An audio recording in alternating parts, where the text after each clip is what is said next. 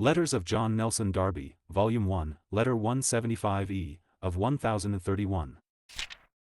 p. 301.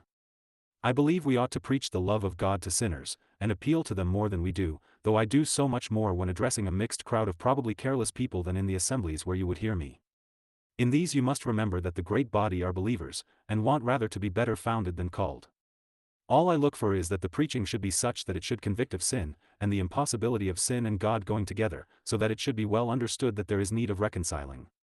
And here Christ at once comes in, and atonement and righteousness. Holiness precludes all sin from God, righteousness judges it. This I believe the sinner should understand, so that he should know what love applies to, yet that love should be fully preached. It does itself often convict of sin, for the conscience has often its wants already, and this draws them out, so that men find consciously where they are. But conviction of sin under righteousness is a very useful thing if grace be fully preached with it, and both unite in Christ. I think it very important that preachers should go to the world, especially now, with a message of distinct love to them. All I desire is that it should be love manifested in Christ, so as to bring out the sinner's condition to himself, that it should not be mere easiness as to sin, that it is a gracious love to sinners, grace abounding over sin, grace reigning through righteousness, than which nothing is more perfectly grace.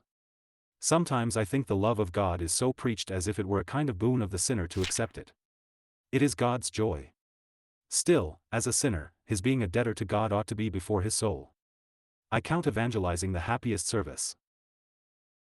Yet my heart yearns over the saints and the glory of Christ in the truth too.